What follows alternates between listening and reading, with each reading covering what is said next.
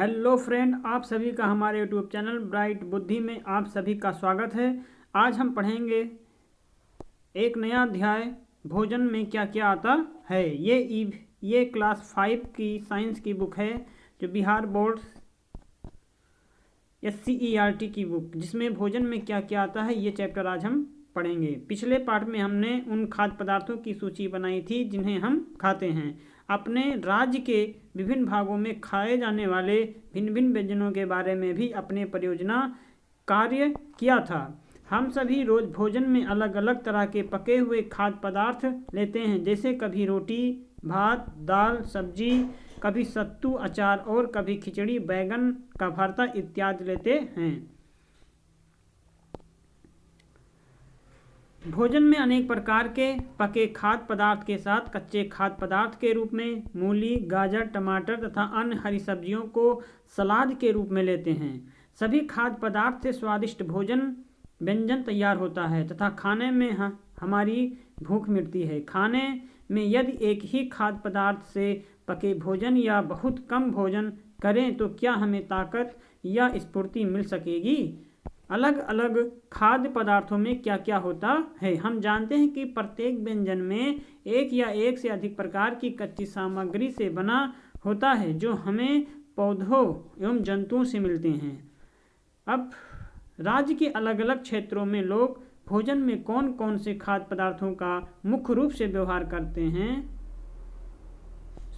इसकी सूची बनाइए। तो यहाँ पर देखेंगे मगध क्षेत्र के लोग अन्न का व्यंजन या दाल, सब्जियां, अन्य व्यंजन क्या है, या भोजपुरी क्षेत्र, बज्जिका क्षेत्र और मिथिला क्षेत्र के लोग यहाँ पे आप सूची कंप्लीट कर सकते हैं। क्या आपने अपने राज्य के अलावा दूसरे राज्यों के सामान्य भोजन के बारे में जानते हैं? अगर नहीं तो आप पता करें। इडली, डोसा, मक्के की रोटी आदि किन राज्यों के भोजन हैं?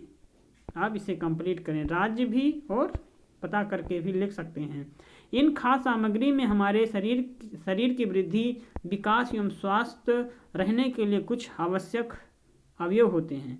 इन अवयवों को हम पोषक तत्व कहते हैं। हमारे भोजन में मुख्य पोषक तत्व तथा जल भी शामिल होते हैं, जिनकी हमारी शरीर को आवश्यकता होती है। क्या सभी खाद्य पदार्थों में ये सभी पोषक तत्व उपलब्ध रहते हैं? कुछ साधारण विधियों से हम ये जान सकते हैं कि कच्ची खाद्य सामग्री या पके हुए भोजन में कौन कौन से पोषक तत्व उपस्थित हैं। कार्बोहाइड्रेट, प्रोटीन, वसा की जांच अन्य पोषक तत्वों की जांच की अपेक्षा सरल है। कार्बोहाइड्रेट का हमारे भोजन में एक रूप मंड या स्टार्च है। मंड की उपस्थिति की जांच कर हम कार्बोहाइड्रेट की उपस्थिति जांचते हैं। कैसे करें जांच, ये हमको जानना बहुत ज़रूरी है, क्योंकि ये अक्सर पूछ भी लिया जाता है एग्जामों में। तो इन जांचों को करने के लिए आपको टिंचर आयोडीन मतलब आयोडीन, कॉपर सल्फेट का तथा कास्टिक सोडा की ज़रूरत होगी। कुछ प्रणालियों ड्राफर की भी ज़रूरत होगी। इन जांचों को पके हुए भोजन तथा कच्ची सामग्री पर करें। जांच से प्राप्त अवलोकन को तालिका 2.3 में दिखाए गए तरीके से लिख सकते हैं। अध्याय 1 तालिका 1.3 में कुछ खाद्य पदार्थ लिखे गए हैं। अपना परीक्षण इन पर और अन्य किसी उपलब्ध खाद्य पदार्थ पर कर सकते हैं। अध्यापक के सहयोग से ये करिए। घोल तैयार करने की विधि। आयोडीन की तनु विलयन बनाने के लिए जल से आधी भरी प्रणाली में थोड़ी मात्रा में इसे 8 या 10 बूंद टिंचर आयोडीन मिला दीजिए। कॉपर सल्फेट विलयन 100 मिलीलीटर जल में 2 ग्राम कॉपर सल्फेट घोलने से बन जाता है। 10 मिलीलीटर जल में 10 ग्राम कास्टिक सोडा घोलने से हमें कास्टिक सोडा विलयन मिल जाएगा। जिस दिन भोजन की जांच हो उस दिन अपने घर से तालिका में दिखाए गए तरह तरह के खाद्य पदार्थ की पुड़िया बनाकर लाएं। दूध, तेल, घी जैसी चीज़ों को छोटी शीशियों में लेकर के आएं। यदि किसी खाद्य पदार्थ में मंड है तो हम इसका आसानी से परीक्षण कर सकते हैं। क्रियाकलाप 2 करना है। मंड की जांच। भोजन में मंड अथवा स्टार्च परीक्षण के लिए खाद्य पदार्थ या कच्ची सामग्री की अल्प मात्रा लीजिए। इसमें आयोडीन के तनु घोल की कुछ बूंदें डालिए। खाद्य पदार्थ के रंग में होने वाले परिवर्तन को देखिए, क्या यह नीला अथवा काला हो गया है। ये नीला या काला रंग मंड की उपस्थिति को दर्शाता है। अगर पदार्थ नीला या काला हो जाता है तो उसमें मंड उपस्थित है। इस जांच को अन्य पदार्थ के साथ दोहराइए। जांच कीजिए कि इसमें मंड है अथवा नहीं है। अपने अवलोकन को तालिका 2.3 से अंकित कीजिए। अब हम जांच करेंगे कि प्रोटीन की जांच किया जाएगा। प्रोटीन की जांच करेंगे। प्रोटीन की जांच के लिए किसी खाद्य पदार्थ की अल्प मात्रा लीजिए जिस खाद्य पदार्थ का परीक्षण करना है। यदि वह ठोस है तो पहले उसका पेस्ट अथवा चूर्ण बना लीजिए। चूर्ण बनाने की ज़रूरत होती है। खाद्य पदार्थ की अल्प मात्रा को पीस कर या मसल कर उसके चूर्ण को एक साफ परखनली में डाल दीजिए और 10 बूंद जल डालकर उसे अच्छी तरह हिलाइए। अब ड्रापर की सहायता से परखनली में 2 बूंद कॉपर सल्फेट का घोल तथा 10 बूंद कास्टिक सोडा का घोल डालिए। अच्छी तरह हिला करके कुछ मिनट के लिए परखनली को रख दीजिए। क्या परखनली का पदार्थ बैगनी रंग का हो गया? बैगनी रंग खाद्य पदार्थ में प्रोटीन की उपस्थिति दर्शाता है। अब आप इस जांच को अन्य पदार्थों के साथ दोहरा सकते हैं। वसा की जांच कैसे करें? खाद्य पदार्थ की अल्प मात्रा लीजिए, इसे कागज के टुकड़े में लपेट कर कूटिए। ध्यान रहे कागज फट न जाए। कूटिए का मतलब दबाइए कागज को सीधा कीजिए और ध्यानपूर्वक देखिए क्या इस पर तेल के धब्बे दिखाई देते हैं। कागज को किसी प्रकाश स्रोत के सामने लाएं। क्या आपको इस धब्बे से होकर के आने वाला प्रकाश धुंधला दिखाई देता है? कागज पर तेल का धब्बा खाद्य पदार्थ में वसा की उपस्थिति दर्शाता है। खाद्य पदार्थ में कभी कभी जल की भी कुछ मात्रा हो सकती है। ऐसे में इन पदार्थों को कागज पर धीरे धीरे रगड़िए और कुछ समय के लिए कागज को सुखा दीजिए ताकि यदि खाद्य पदार्थ से कुछ जल आया हो तो वह सूख जाए। इसके बाद यदि कागज पर तेल का कोई धब्बा न रहे तो यह पता चलता है कि खाद्य पदार्थ में वसा नहीं है। अब तालिका 2.3 में वर्णित खाद्य पदार्थों में पोषक तत्व की जांच करना है। मंड है, प्रोटीन अथवा वसा क्या है? जैसे कच्चे आलू में क्या होगा? उसमें मंड है। दूध में प्रोटीन, मूंगफली में वसा।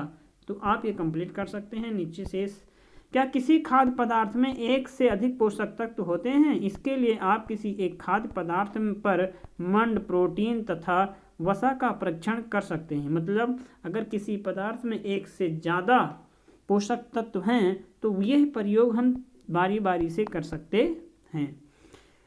इसमें से एक से ज़्यादा पोषक तत्व हैं या नहीं, इसका हम प्रयोग कर सकते हैं। कार्बोहाइड्रेट, प्रोटीन, वसा के अलावा विटामिन तथा खनिज लवण जैसे अन्य पोषक तत्व भी हमारे विभिन्न खाद्य पदार्थों में उपस्थित रहते हैं। इन सभी पोषक तत्वों से हमें क्या ज़रूरत होती है? इन सभी पोषक तत्वों की हमें क्या ज़रूरत होती है? विभिन्न पोषक तत्व हमारे शरीर के लिए क्यों जरूरी हैं? कार्बोहाइड्रेट मुख्य रूप से हमारे शरीर को ऊर्जा प्रदान करते हैं। वसा से भी ऊर्जा मिलती है। वास्तविकता यह है कि कार्बोहाइड्रेट की तुलना में वसा से हमें अधिक ऊर्जा प्राप्त होती है। वसा और कार्बोहाइड्रेट युक्त भोजन देने वाला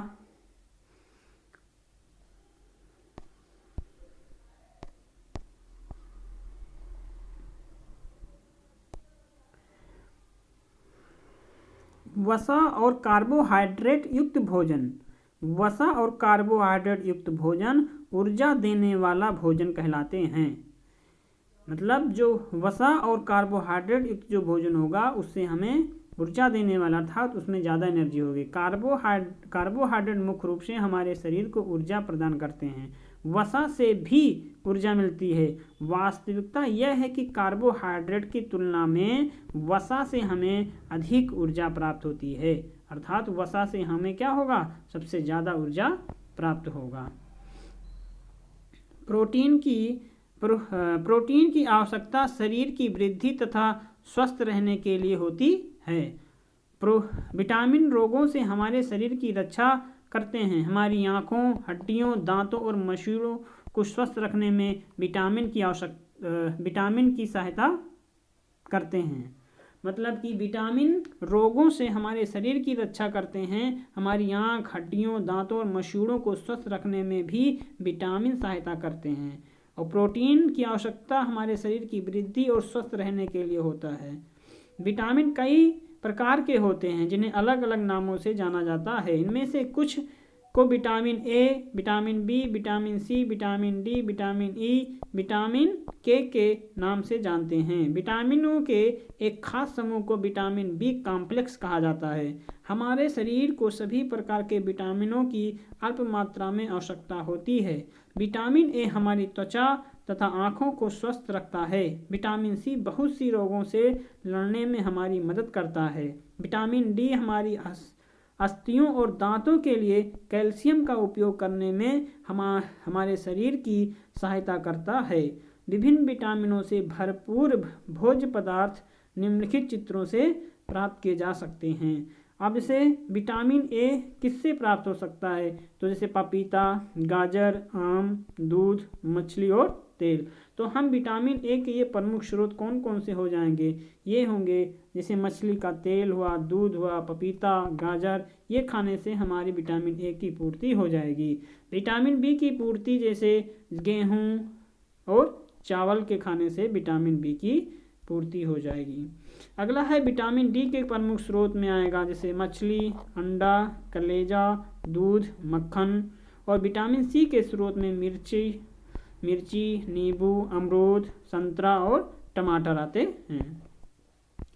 हमारे शरीर को खनिज लवणों की आवश्यकता अल्प मात्रा में होती है। ये खनिज लवण कौन कौन से हैं? शरीर के उचित विकास तथा अच्छे स्वास्थ्य के लिए प्रत्येक खनिज लवण आवश्यक हैं। उदाहरण के लिए लौह तत्व हरी सब्जियां विशेषकर जैसे पालक, मेथी, केला में पाया जाता है।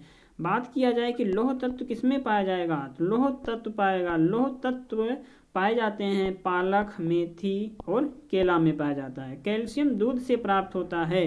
फास्फोरस एवं कैल्शियम मछली, अंडा इत्यादि से मिलते हैं। नमक से क्या, सोडियम और पोटेशियम मिलता है। अधिकांश खाद्य पदार्थ में एक से अधिक पोषक तत्व होते हैं। और तालिका 2.3 में अवलोकन को लिखते समय इसको अवश्य देखा होगा। फिर भी किसी कच्ची सामग्री में एक निश्चित पोषक तत्व की मात्रा दूसरे पोषक तत्व की मात्रा से अधिक हो सकती है। जैसे चावल में कार्बोहाइड्रेट की मात्रा दूसरे पोषक तत्वों से अधिक होती है। इस आधार पर हम ये कह सकते हैं कि चावल कार्बोहाइड्रेट से भरपूर भोजन है। अगर बात किया जाए चावल में क्या है, तो कार्बोहाइड्रेट इसमें ज़्यादा पाया जाता है। इन पोषकों के अलावा हमारे शरीर को रुक्षांश अर्थात आहारी रेशों तथा जल की भी आवश्यकता होती है। हमारे खाने में रेशे की पूर्ति मुख्यतः पादप उत्पादों से होती है।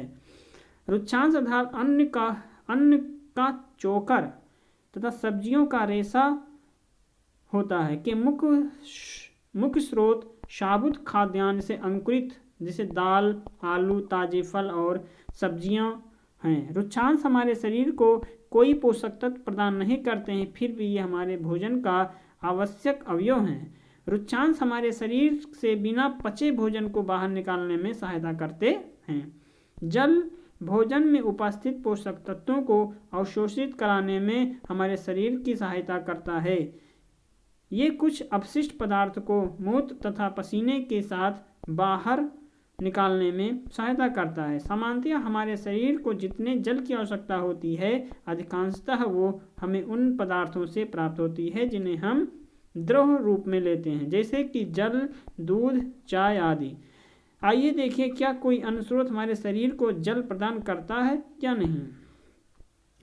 टमाटर अथवा नींबू जैसा कोई एक फल लीजिए, इसे छोटे छोटे हिस्सों में काट कर हथेली पर लीजिए। क्या ऐसा करते समय आपके हाथ गीले होते हैं? जब भी आपके घर में कोई फल या सब्जी को काटा जाए, छीला जाए, मसला जाता है, तब ध्यानपूर्वक उसका निरीक्षण कीजिए। क्या ऐसा करते समय आपको किसी से ताजे फल या सब्जी के बारे में पता चला जिसमें पानी की मात्रा नहीं होती है? हम देखते हैं कि खाद्य पदार्थ में जल होता है। कुछ समय तक हमारे शरीर के लिए आवश्यक जल की पूर्ति इस जल से भी होती है। इसके अतिरिक्त कई खाद्य पदार्थों को जल के साथ पकाते हैं या पकाते समय उसमें जल डालते हैं। संतुलित आहार। सामान्यतया अगर आपको वीडियो अच्छा लग रहा है तो लाइक सब्सक्राइब जरूर करें। संतुलित आहार सामान्यतया पूरे दिन में जो कुछ भी हम खाते हैं उसे आहार कहते हैं। हमारे शरीर की वृद्धि और अच्छे स्वास्थ्य को बनाए रखने के लिए हमारे आहार में वे सभी पोषक तत्व उचित मात्रा में होने चाहिए जिनकी हमारे शरीर को आवश्यकता है। कोई भी पोषक तत्व न ज़्यादा हो और न बहुत कम। हमारे आहार में पर्याप्त मात्रा में रुक्षांश तथा जल भी होना चाहिए। रुक्षांश तथा जल भी होना चाहिए पर्याप्त मात्रा में। इस प्रकार के आहार को संतुलित आहार कहते हैं। क्या आप सोचते हैं कि प्रत्येक आयु वर्ग के लोगों को एक ही प्रकार की आवश्यकता होती है, एक ही प्रकार के आहार की आवश्यकता होती है? क्या आप ये भी सोचते हैं कि हमारा संतुलित आहार हमारे शारीरिक कार्य पर निर्भर करता है?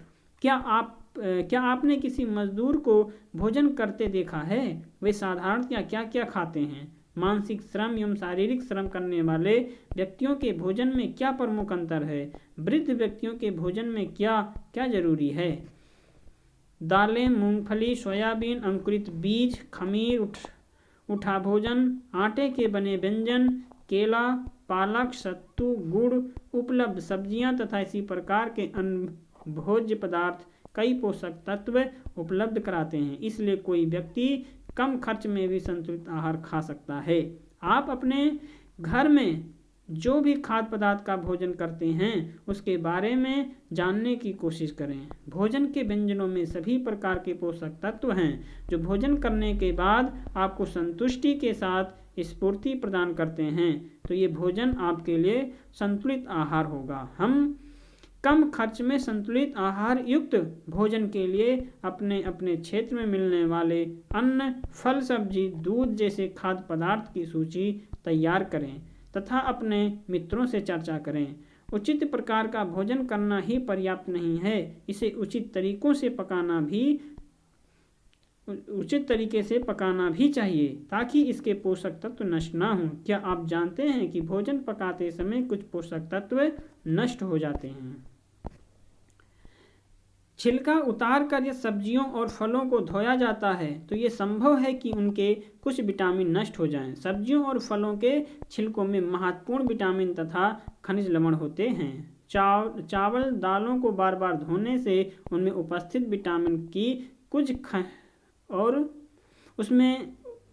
विटामिन और कुछ खनिज लवण नष्ट हो सकते हैं। हम सभी जानते हैं कि पकाने से भोजन का स्वाद बढ़ता है तथा इसे पचाने में आसानी होती है। इसके साथ साथ पकाने में कुछ पोषक तत्वों की हानि भी हो सकती है। यदि भोजन पकाने में अत्यधिक जल का उपयोग किया जाता है और बाद में उसे फेंक दिया जाता है तो कई लाभदायक प्रोटीन तथा खनिज लवण की हानि हो जाती है। पकाने पर विटामिन सी गर्मी से नष्ट हो जाता है। क्या ये उचित नहीं होगा कि हम अपने आहार में फल, कच्ची सब्जियों को सम्मिलित करें? अब आप कुपोषण जानेंगे। ये वीडियो लंबी हो सकती है लेकिन बहुत ही इम्पोर्टेंट और ज़रूरी है। आपको ये बुक डिटेल में पढ़नी चाहिए। वीडियो अच्छी लग रही तो लाइक कमेंट जरूर कीजिए और चैनल को जरूर सब्सक्राइब कीजिए। तो आइए पढ़ते हैं कुपोषण। आप जान चुके हैं कि भोजन में वसा, प्रोटीन, कार्बोहाइड्रेट, खनिज लवण और विटामिन होते हैं। यदि इनमें से कोई पोषक तत्व शरीर को बिल्कुल ना मिले या कम मात्रा में मिले तो क्या होगा? चित्र में देख सकते हैं कि जो बच्चा सूखा रोग का मरीज है। ये रोग उन बच्चों को होता है जिन्हें संतुलित भोजन नहीं मिलता है। कम भोजन मिलने से बच्चे को मरासमस नामक रोग हो जाता है जिसे हम सूखा रोग कहते हैं। मरासमस रोग को हम किस रोग से नाम से जानते हैं तो सूखा रोग के नाम से भी जानते हैं। कम भोजन मिलने पर कौन सा पोषक तत्व इस बच्चे को कम मात्रा में मिलते होंगे? कम भोजन मिलने पर प्रोटीन तथा कार्बोहाइड्रेट की मात्रा कम मिलती है जिससे बच्चा बच्चा कभी कमज़ोर व दुबला पतला हो जाता है, जिस छाती में पसली की हड्डियां भी दिखाई देने लगती हैं। यदि किसी बच्चे को भोजन में अन्य सभी पोषक तत्व मिलें लेकिन केवल प्रोटीन कम हो तो उसमें वे लक्षण दिखाई पड़ सकते हैं। 2 पॉइंट में देख सकते हैं यहाँ पे दिखाए गए बच्चे में वृद्धि रुक जाती है, पेट फूला हुआ दिखाई देता है। भोजन में प्रोटीन की कमी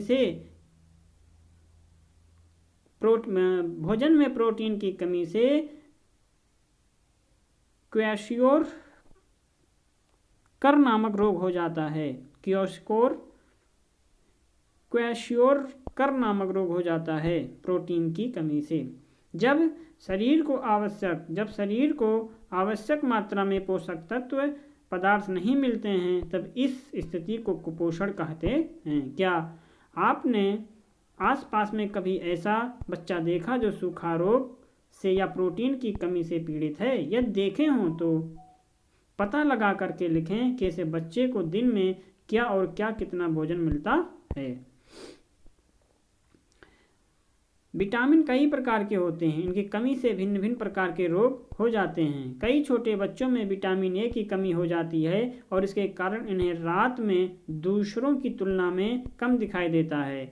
इस रोग को रतौंधी कहते हैं। विटामिन ए की बहुत अधिक कमी होने पर बच्चा हमेशा के लिए अंधा हो सकता है। गाजर, पके टमाटर, पके पपीता विटामिन ए में पपीते में पाया जाता है। विटामिन ए किसमें पाया जाता है? तो गाजर, पके टमाटर में और पके पपीते में विटामिन ए पाया जाता है। तो प्रायः पीले रंग के गूदेदार फल में विटामिन ए पाया जाता है। अतिपोषण। जमीला ने सोचा कि हर समय वसा युक्त भोजन सर्वोत्तम भोजन है। एक कटोरी कार्बोहाइड्रेट युक्त भोजन की अपेक्षा एक कटोरी वसा युक्त भोजन अधिक ऊर्जा देगा। अतः उसने तली हुई चीज़ें, समोसा, पूरी, मलाई, रबड़ी, पेड़ा आदि प्रचुर वसायुक्त भोजन ही खाया और इसके अलावा कुछ नहीं खाया। अतिपोषण। अब जमीला ने यह सोच लिया कि हर समय वसायुक्त भोजन और सर्वोत्तम भोजन है। जमीला ने सोचा कि हर समय वसायुक्त भोजन क्या है? सर्वोत्तम भोजन है। अब उसने सोचा कि एक कटोरी कार्बोहाइड्रेट युक्त भोजन की अपेक्षा एक कटोरी वसा युक्त भोजन अधिक ऊर्जा देगा, इसलिए उसने ये सोचा कि तली हुई चीज़ें ही खा लिया जाए। अब क्या आप सोचते हैं कि वो ठीक था? निसंदेह नहीं। इतना अधिक वसा युक्त भोजन खाना हमारे लिए हानिकारक हो सकता है। हमारे भोजन में वसा की मात्रा अत्यधिक मोटापे का कारण बनती है। तो आपको ना ज़्यादा खाना है और ना कम खाना है, तो आपको संतुलित भोजन ही करना है। अभावजन्य रोग। एक व्यक्ति खाने के लिए पर्याप्त भोजन पा रहा है लेकिन कभी कभी उसके भोजन में किसी विशेष पोषक तत्व की कमी हो जाती है। यदि यह कमी लंबी अवधि तक रहती है तो वह व्यक्ति उसके अभाव से ग्रस्त हो सकता है। एक या अधिक पोषक तत्व का अभाव हमारे शरीर में रोग अथवा विकृतियां उत्पन्न कर सकता है। वे रोग जो लंबी अवधि तक पोषक तत्वों के अभाव के कारण होते हैं अभावजन्य रोग कहते हैं। यदि कोई व्यक्ति अपने भोजन में पर्याप्त प्रोटीन ले रहा है तो उसे रोग कह सकते हैं। यदि कोई व्यक्ति अपने भोजन में पर्याप्त प्रोटीन नहीं ले रहा है तो उसे रोग हो सकते हैं, जैसे कि वृद्धि में रुकावट होना, अर्थात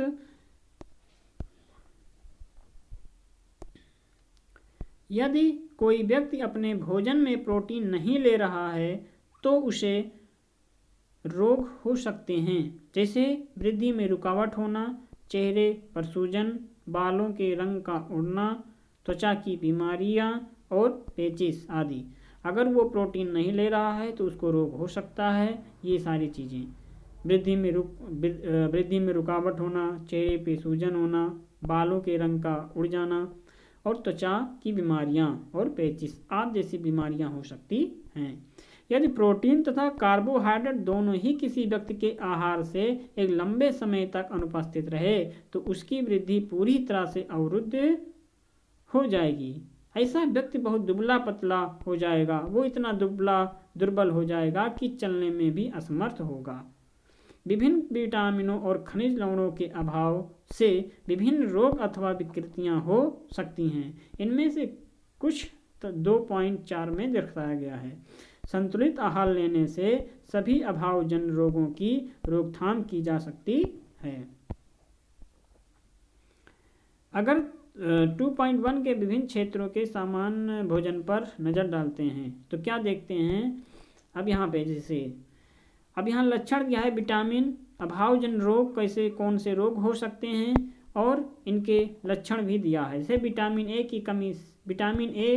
की कमी से रतौंधी हो जाएगा और इसके लक्षण हैं कि कमज़ोर दृष्टि, अंधेरे अथवा रात में कम दिखाई देना, कभी कभी पूरी तरह से दिखाई नहीं देगा। विटामिन बी की कमी से बेरी रोग, दुर्बल पेशियां और काम करने की ऊर्जा में कमी आ जाएगी। विटामिन सी की कमी से स्कर्वी हो जाएगा, मसूड़ों से खून निकलना, घाव भरने में अधिक ये उसके लक्षण होंगे। जिस व्यक्ति को बीमारी होगी विटामिन सी उसे स्कर्वी है और अगर ये सारे लक्षण दिखाई दे रहे हैं तो उसे स्कर्वी है। विटामिन डी की कमी से रिकेट्स होगा, अस्थियों का मुलायम होकर के मुड़ जाना अर्थात हड्डियां कमज़ोर हो जाती हैं। कैल्शियम की कमी से अस्थि और दांत मतलब हड्डी और दांत कमज़ोर हो जाते हैं।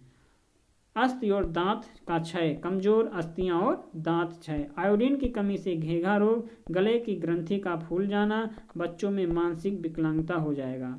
लोह अर्थात आयरन की कमी से अल्प रक्तता, कमजोरी अथवा रक्त में कमी हो जाएगी। दूषित भोजन क्या है। हमने देखा कि घरों में खाने के सभी सामान ढक कर रखे जाते हैं, पीने का पानी भी ढक कर रखा जाता है। माता पिता शिक्षक गंदे हाथों से खाने या खाद्य सामग्री को छूने और बाजार की खुली वस्तुओं को खाने से मना करते हैं। क्या आपने विचार किया कि ऐसा क्यों। सब्जी बनाने से पहले धोते हैं, भोजन रखने तथा बनाने वाले स्थान की सफाई करते हैं। अगर ऐसा नहीं करें तो क्या होगा। आपने ठेलों पर बिना ढकी मिठाइयों पर मक्खियां बैठी देखी होगी। ये मक्खियां गंदी जगहों पर बैठती हैं तथा वहां से सूक्ष्म जीवों को अपने साथ ला करके खाने के पदार्थों को दूषित कर देती हैं। सब्जी को ठीक से नहीं धोने पर कीटनाशक के कुछ अंश रह जाते हैं जो हमारी सेहत के लिए हानिकारक हैं। क्या आप 2 दिन पहले बना भात, दाल, रोटी, सब्जी आदि खाना पसंद करेंगे। निश्चित नहीं। ऐसा क्यों? ये दुर्गंध देने लगता है, इसमें खटास हो जाता है। हम कह सकते हैं कि ये खाने योग्य नहीं है। ऐसा खमीर उठने या किड़वन के कारण होता है, परंतु कुछ व्यंजन को बनाने के लिए किड़वन आवश्यक है, जैसे जलेबी, भटूरा और मालपुआ, इडली, डोसा, पाव रोटी आदि। कुछ व्यंजनों में अधिक गर्मी के कारण किड़वन उत्पन्न होता है, इसलिए गर्मी के दिनों में पका भोजन जल्दी खराब हो जाता है। फ्रिज एवं अन्य व्यवस्थाओं से इसे कुछ समय के लिए बचाकर रखा जा सकता है। भोजन का एक और कारण दूषित जल भी है। भोजन बनाने में यदि दूषित जल का उपयोग किया जाता है तो इसमें भोजन को दूषित होने का भय रहता है। दूषित भोजन या दूषित जल पीने से अतिसार जैसी बीमारियों का भय रहता है। इसीलिए वर्षा के दिनों में और बाढ़ के समय अत्यधिक सावधानी से भोजन एवं पेयजल का उपयोग करना चाहिए। अवलोकन करें कि वर्षा एवं बाढ़ के दिनों में कुएं, तालाब, नदी, नाले आदि भर जाते हैं और मैदानों, खेतों, अन्य जगहों से गंदगी बह करके जल स्रोतों में चली जाती हैं। अब ये यहाँ पे कुछ इंग्लिश वर्ड हैं तो आप इसे देख सकते हैं। अब यहाँ हमने क्या आज देखा या हमने क्या सीखा, इसको भी एक बार पढ़ेंगे। तो हमारे शरीर के मुख्य पोषक तत्वों के नाम क्या हैं, तो ये कार्बोहाइड्रेट, प्रोटीन, वसा, विटामिन तथा खनिज हैं। ये 5 ऐसे पोषक तत्व हैं जो हमारे शरीर के लिए बहुत ही महत्वपूर्ण हैं। इनके अतिरिक्त भोजन में आहारी रेशे और जल भी आते हैं। कार्बोहाइड्रेट तथा वसा हमारे शरीर को मुख्य रूप से ऊर्जा प्रदान करते हैं। कार्बोहाइड्रेट और वसा। प्रोटीन तथा खनिज लवण की आवश्यकता हमारे शरीर की वृद्धि तथा अनुरक्षण के लिए होती है। विटामिन हमारे शरीर को रोगों से रक्षा करने में सहायता करते हैं। संतुलित आहार में हमारे शरीर के लिए आवश्यक है, संतुलित आहार में हमारे शरीर के लिए आवश्यक है पोषक तत्व पर्याप्त रुक्षांश और जल उचित मात्रा में उपस्थित रहते हैं।